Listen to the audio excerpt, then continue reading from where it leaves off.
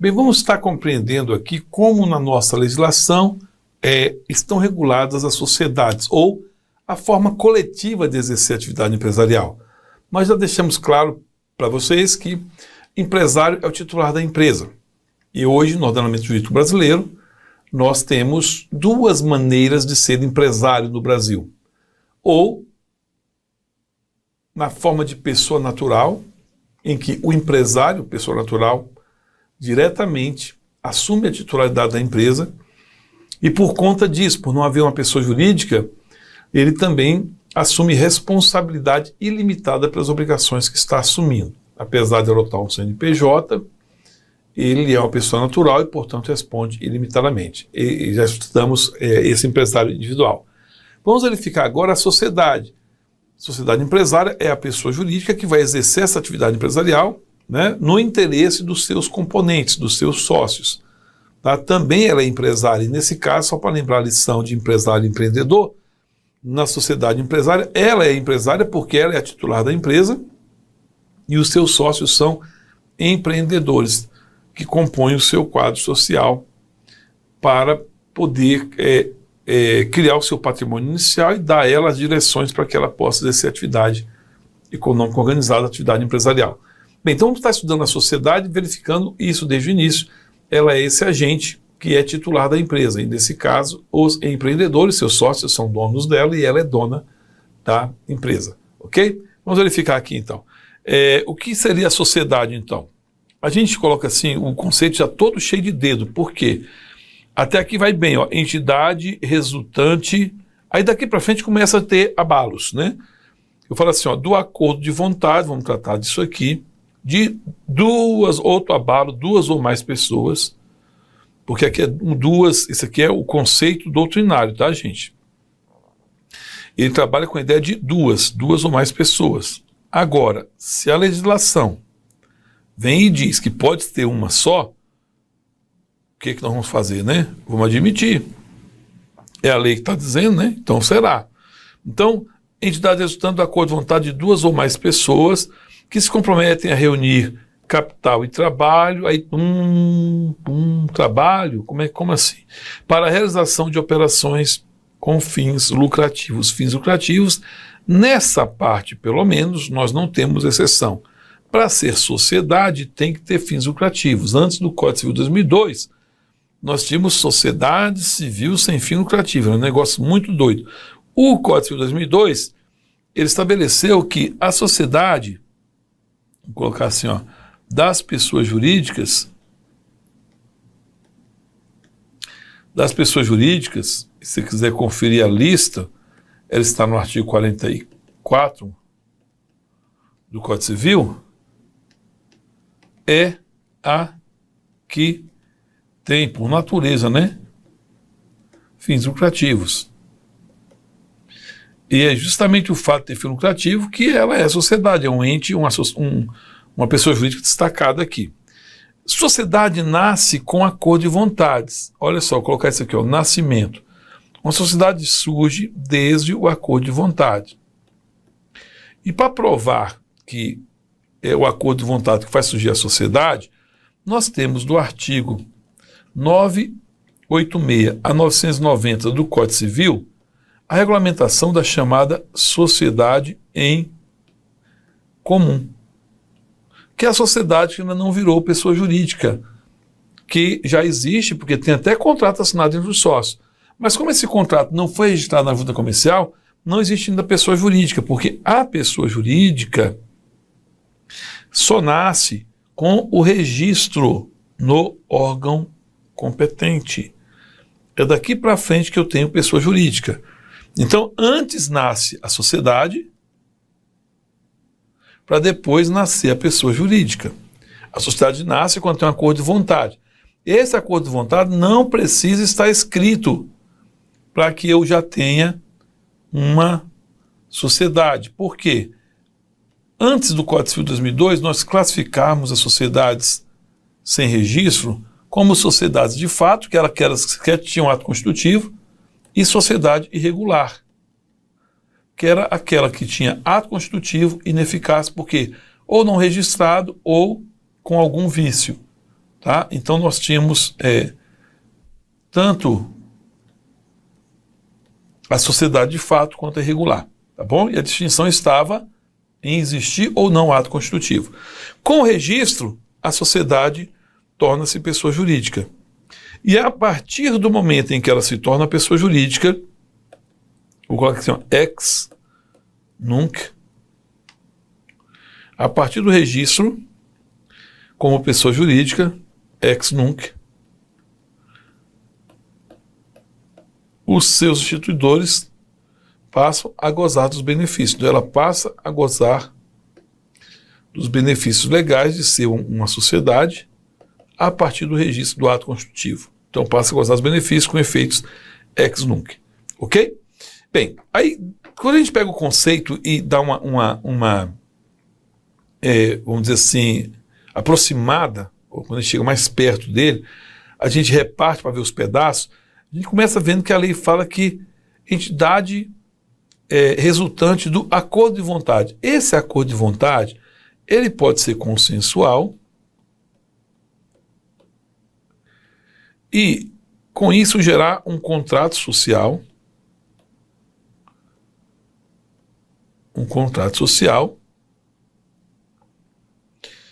onde eu terei uma sociedade de pessoas. Por isso que eu quero consenso, porque as pessoas se conhecem, vão conviver, então elas têm que ter consenso entre elas. Mas esse acordo de vontade também pode ser majoritário. Ele pode ser majoritário e eu não preciso de um contrato social, eu preciso de um estatuto social. Maioria, majoritária é maioria, tá? Eu preciso de um estatuto social. Estatuto social e, nesse caso, estarei diante de uma sociedade de capital. Ok? Sociedade de capital. Os sócios estão ali em razão do dinheiro que eles têm. E votam, e por maioria decidem os destinos da sociedade. Numa sociedade consensual, acordo de vontade é feito. A ideia é buscar sempre a unanimidade, o consenso. Pode ser que eu tenha que deliberar por maioria, mas a pessoa do sócio é mais importante que o dinheiro que o sócio traz para a sociedade. Essa é a ideia. Lá fala reunião, né, de capital e trabalho. E aí, quando a gente fala reunião de investimentos, a regra é a seguinte: o investimento é feito em dinheiro ou bens. Esse investimento em serviços só se admite hoje na sociedade em nome coletivo. Porque na sociedade capital-indústria, que é de onde veio essa ideia de investir em serviço, o sócio de indústria era irresponsável. E o sócio capitalista entrava com dinheiro ou com bens e respondia ilimitadamente. O de indústria era irresponsável. O que a legislação atualmente não admite? Sócio sem responsabilidade. Pode? Não. Então, olha só. Por que eu não permito, ou que a nossa legislação não permite integralização ou assumir o capital social só em serviços? Porque o sócio seria irresponsável, não está assumindo valor nenhum. E a lei não admite mais isso. Agora, na sociedade de nome coletivo, não importa com que o sócio entre, ele responde ilimitadamente. Por isso, a sociedade em nome coletivo vai admitir a integralização somente em serviços. 2 ou mais pessoas, aí nós vamos ter aqui, eu vou mostrar para os senhores, diversas situações. E agora virou regra, tá? As sociedades podem ser unissocietárias. Então, unissocietárias existem. Então, em outras palavras, vou explicar já já. 2 ou mais, peronomútil. 2 ou mais ou uma pessoa. Já explico. Fins lucrativos, isso aqui não tem como mudar. Toda sociedade tem fim lucrativo, senão não é sociedade. Ok?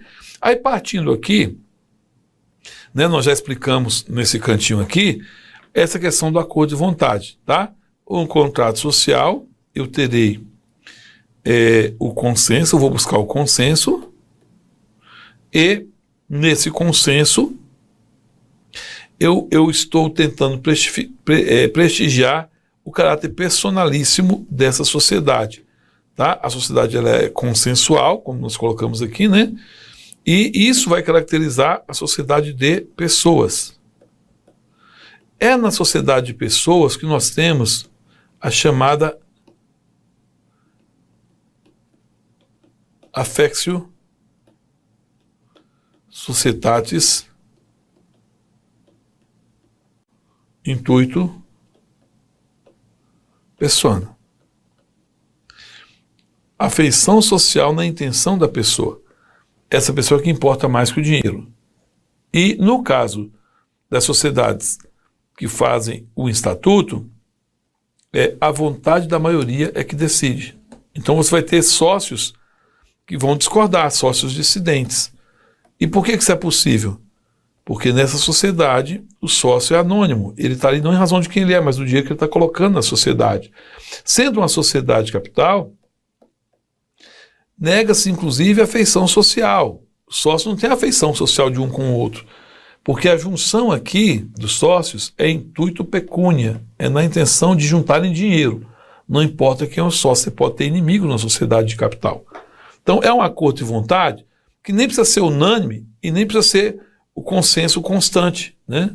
Eu posso ter simplesmente vontade da maioria imposta aos demais. Agora, mesmo na sociedade de pessoas, aplica-se o princípio da prevalência da vontade da maioria. Prevalece esse princípio, ok?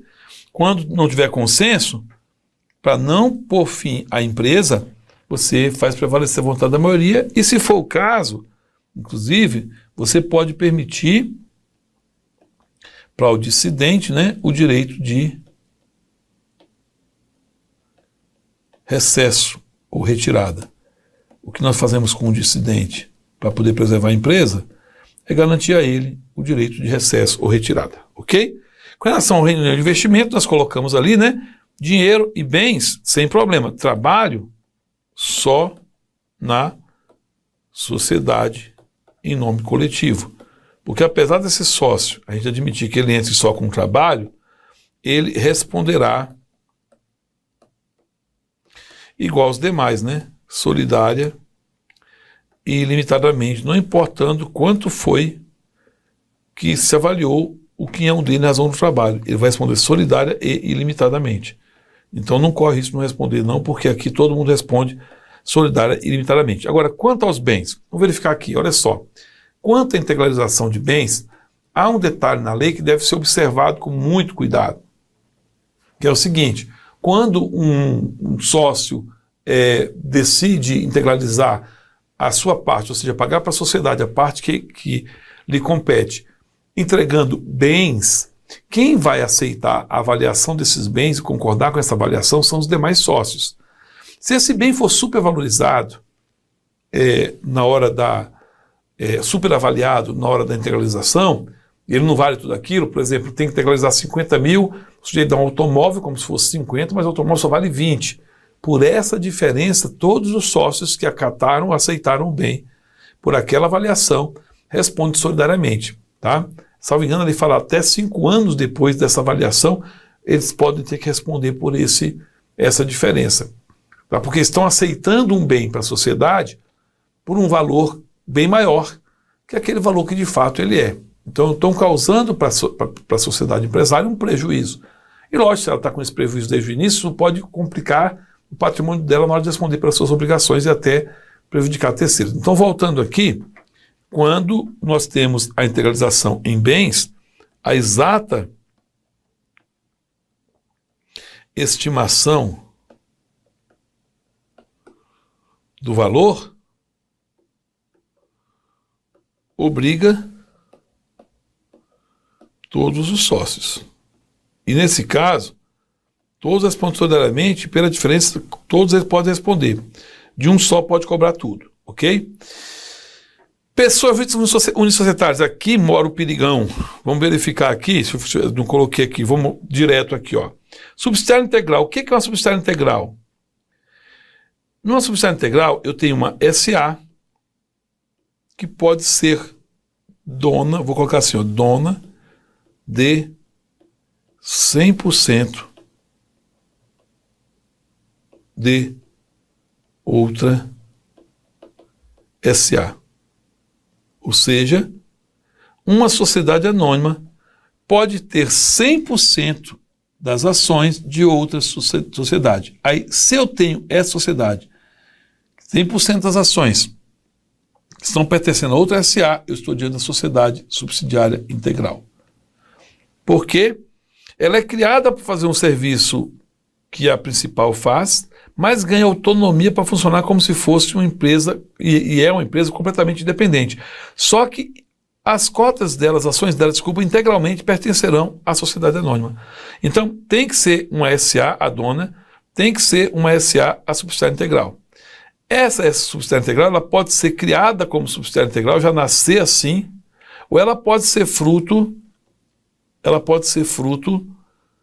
de uma concentração de todas as ações de uma SA na mão de uma só. Então, um SA aqui pode acontecer de comprando ação e ação de outra SA, até que compra todas. Quando compra todas, pode transformar em subsidiária integral.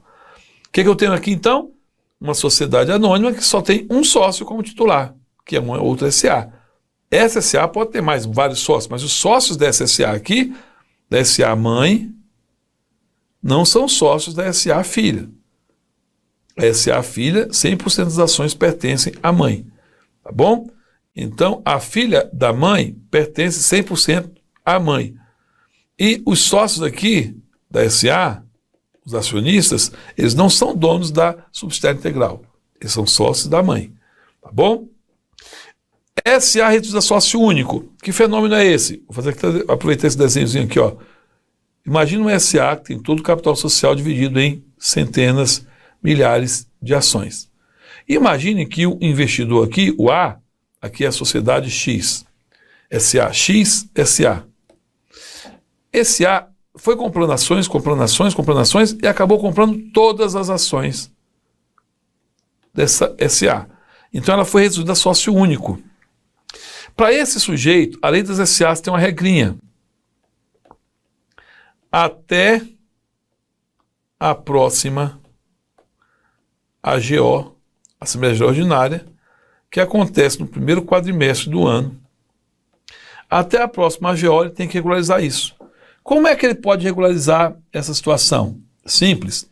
Se ele vender uma ação que seja, voltou a ter pluralidade de sócio.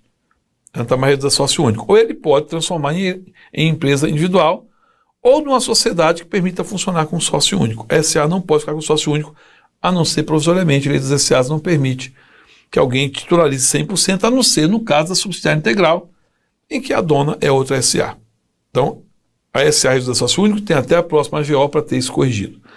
Agora aqui vem uma situação que eu não vou falar aqui, vou ter que falar depois, porque a lei mudou. Demais sociedades reduzem a sócio único. Isso aqui foi alterado drasticamente pela nossa legislação. Vou mostrar para vocês em 2021 a mudança que foi feita quanto a limitar a existência de outras sociedades, a configuração de ter sócio único, tá? E nós temos aqui também a IRL superveniente. O que é a IRL superveniente? É uma sociedade que foi perdendo sócio, ficou... ela tinha vários sócios aqui, vamos imaginar uma sociedade com 4 sócios, né? Sócio A, B, C e D. Aí, de repente, o sócio D vai embora, deixa as cotas, o sócio B também vai embora, o A também vai, fica o C. C é dono de tudo. C está com 100%. Isso aqui é uma situação em que a sociedade foi reduzida a sócio único. Ela poderia transformar-se, né? Transforma-se em EIRELI. Transformar-se em EIRELI. Só que a EIRELI também já não existe mais no nosso ordenamento, no sentido de que existe no ordenamento, vamos colocar assim, ela existe no ordenamento, mas ela ficou sem eficácia. Por quê? O artigo 41 da Lei 14.195 de 2021, essa lei transformou a EIRELI, só para lembrar, né? Transformou em sociedade limitada unipessoal. Que sociedade é essa? Agora eu falo dela. Ela entra aqui, ó. Deixa eu colocar igual está na lei. O parágrafo 1º foi inserido no artigo 1052 do Código Civil para dizer que a limitada pode ter apenas um sócio. De onde veio isso? Lei 13.874 de 2019. A Lei da Declaração da Liberdade Econômica criou a limitada unipessoal. Eu falo disso agora por quê? Porque essa disposição de que as demais sociedades de sócio único deveriam resolver seu problema teve uma novidade. Onde é que está a determinação legal de que as demais sociedades reduzidas a sócio único têm que resolver seu problema? Onde está essa disposição? No artigo 1033, o está aqui é o estava, tá? O 1033 do Código Civil dizia, ainda diz, né? Dissolve-se a sociedade quando ocorrer, aí inciso 4, aqui sim, aqui dizia, quando ocorrer, eu vou dissolver quando ocorrer falta de pluralidade de sócio não reconstituída no prazo de 180 dias, ou seja, ficar unissocietária. Falta de pluralidade, quer dizer, ficar unissocietária. Era necessário, em 180 dias, a sociedade que ficou com um sócio único, acabou a pluralidade de sócio, ela teria que reconstituir o quadro. Senão ela seria dissolvida. Vem um parágrafo único que fala assim, no lugar de reconstituir o quadro, pode também, esse sócio remanescente, o cara que ficou sozinho, ele vai poder promover um requerimento na junta comercial para a transformação daquela sociedade em um empresário individual. A gente tinha na redação original também, ou numa EIRELI. Por que não está mais EIRELI aqui? No parágrafo 1 do artigo 1033. Não está mais aqui, porque a EIRELI foi transformada em sociedade limitada unipessoal. Então vejam, o 1033.4, ele se aplicava às demais sociedades. A quem não se aplicava? O 1033, não, deixa eu arrumar aqui. O 1033, inciso 4. Essa disposição de que tinha que reconstituir num prazo de 80 dias não se aplicava. Já não se aplicava a SA, porque a SA tem regra própria, e a LTDA. Por quê? Por conta do parágrafo 1º do artigo 52, ela passou a poder funcionar com sócio único. Então não se aplicava nem a limitada, nem a SA. Então se aplica a quem essa determinação? Ela vai se aplicar, esse dispositivo aplica-se. Vamos lá. Aplica-se. 1. Nome coletivo, sociedade em nome coletivo. E 2. As comanditas. Simples e por ações. Essas sociedades submetem, então, ao 1033, inciso 4. Seriam dissolvidas caso não se recompusesse ou se transformasse. Vem a Lei 14.195 de 2021 e simplesmente, no artigo 57, 29, determina os seguintes dispositivos do Código Civil ficam revogados. Que dispositivo? Inciso 4 do caput e o parágrafo único do artigo 1033. Então, o que acontece com o caput com o inciso 4? Revogado. Se for revogado aqui, o parágrafo único vai embora também. Não tem que transformar ninguém em nada, não. O que está dizendo? Não se dissolve mais a sociedade se ela ficar com um sócio único. Então, professor, essas sociedades aqui, elas também vão poder funcionar com sócio único? Vão. Com um detalhe com relação à comandita. Qual o detalhe com relação à comandita? Então, olha só. Hoje pode funcionar com sócio único. A SA, na forma da SA, provisoriamente. A limitada, permanentemente, na forma do parágrafo 1º do 1052. A norma coletiva, permanentemente, por quê? Porque foi revogado o 1033-4, que dizia que se dissolvia. Então não dissolve mais para ficar com sócio único. E as comanditas? Aí, aqui chama atenção. De fato, elas poderiam funcionar com um sócio só. Só que a comandita tem 2 tipos de sócio.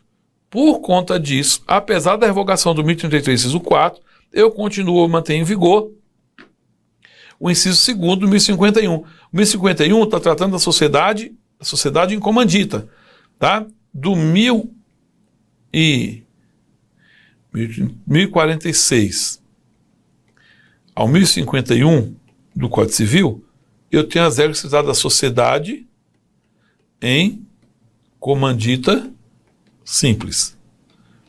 Por que a comandita simples não vai poder funcionar com um sócio só? Porque ela precisa ter os 2 tipos de sócio. 2 das categorias. Diz o 1051, dissolve-se de pleno direito a sociedade em comandita simples, eu acrescentei, tá? Dissolve-se então de pleno direito quando, por mais de 180 dias, olha o prazo de 180 dias para resolver o problema, perdurar a falta de uma das categorias. Tá? Se a categoria que falta é de comanditado, tem que escolher um administrador provisório que não seja sócio para cuidar da sociedade. Então, na comandita, eu vou precisar de um comanditado, no mínimo, e um comanditário, no mínimo. Eu posso até ter mas um de cada. Então, sempre 2. Ou o mínimo é 2. Então, essa sociedade não vai poder funcionar com sócio único. A única sociedade, ou as únicas que no Brasil hoje não podem funcionar com sócio único, permanentemente, né? É a sociedade, assim, da sociedade prevista no Código Civil, só a comandita. Porque o nome coletivo é limitado, vão poder ficar com sócio único, ok? Aí, seguindo aqui, eu trouxe só um quadrinho para a gente relembrar, porque eu estou falando de sociedade o tempo inteiro, expliquei todos os detalhes, para dizer o seguinte: sociedade é tipo de pessoa jurídica, mas não são todas as pessoas jurídicas que são sociedade. Eu tenho várias outras. As pessoas jurídicas de direito privado são divididas, assim, a grosso modo, no critério mais amplo, na separação entre aquelas que têm fins lucrativos, fins econômicos, daquelas que não têm. Quando eu tenho uma pessoa jurídica que não tem fins lucrativos, eu vou trabalhar com as associações em sentido amplo, todo tipo de associação. Como assim em sentido amplo? Eu tenho associação em sentido distrito, eu tenho a entidade religiosa, eu tenho o partido político, todos eles estão aqui, né, dentro do conceito de sociedade, de associação, em sentido amplo. Quando eu tenho fim lucrativo, vai ter que ser sociedade. Se essa sociedade titulariza uma empresa, uma organização que funciona sozinha para alcançar o lucro e tal, eu vou ter uma sociedade empresária. Quando essa instituição ela foca mais nas pessoas que estão colocadas ali com a sua intelectualidade para trazer soluções para o negócio, eu teria uma sociedade simples. Tá? Então, ó, grande diferencial, fins econômicos. Fins econômicos vai todo mundo para a sociedade, tá? Quais são as normas, princípios que eu aplico às sociedades regulares? Primeiro, liberdade de associação. Ninguém é obrigado a entrar e se entrar não é obrigado a ficar. Tá? O artigo 1029 do Código Civil, por exemplo, diz que qualquer sócio pode deixar a sociedade notificando com 60 dias de antecedência. A autonomia da sociedade empresária. A pessoa jurídica é um ente distinto dos seus membros. Uma vez registrada, ganha autonomia. Subsidiariedade e responsabilidade dos sócios. Os sócios só respondem depois que acaba o patrimônio da sociedade. Limitação da responsabilidade dos sócios pelas obrigações sociais, como proteção e investimento. A possibilidade, esse é um princípio, de limitar a responsabilidade dos sócios para incentivá-los a investir. Prevalência da vontade, olha só, ou entendimento da maioria, mesmo na sociedade de pessoas. Para poder manter a sociedade em funcionamento, eu posso até tirar quem está discordando e fazer prevalecer a vontade da maioria para não fechar a empresa. Proteção aos sócios minoritários. A lei traz essas proteções, seja na hora do poder de votação, com voto múltiplo, seja com o poder de escolher um membro do Conselho Fiscal de Administração, seja com a possibilidade de ter condições idênticas para a compra das suas ações quando houver a venda do controle da sociedade, né, com aquela operação de tag along. Tá? Havendo empate na deliberação dos sócios, eu estou falando que prevalece a vontade da maioria, havendo empate na deliberação dos sócios, qual é a solução? Se a sociedade for de pessoas, regime da sociedade simples, prevalecerá a vontade do maior número de sócios. Então, empatou 50% a 50% capital social. Onde tem mais pessoas? Vai prevalecer onde tiver mais pessoas. Se continuar empatado, a decisão vai ser judicial. Quando é regido pela lei das sociedades anônimas, sociedade de capital, eu vou ter que marcar uma nova assembleia. Se ficou 50%, 50%, nova assembleia. Se a nova assembleia prevalecer 50%, 50%, aí vai para a decisão judicial também. Tá? Quando eu tenho autonomia da pessoa jurídica, o que acontece? A sociedade que é constituída e registrada passa a atuar em nome próprio. O domicílio dela não se confunde com o domicílio do sócio, é próprio também. A nacionalidade dela não confunde com a nacionalidade do sócio. A capacidade processual própria, ela que vai fixar, ela que vai estar presente no polo ativo e passivo das demandas. Tá? Ela que vai figurar, porque ela tem capacidade processual própria. Imputabilidade própria, obrigações que ela assume, ela é que tem que pagar com o patrimônio próprio, que é o patrimônio dela. Só subsidiariamente que eu vou para o patrimônio dos sócios. Tá? Isso tudo vimos aí e passamos por sociedade empresária. Espero ter compreendido, inclusive, as novidades que nós trouxemos aí com a Lei 14.195. Prossigamos.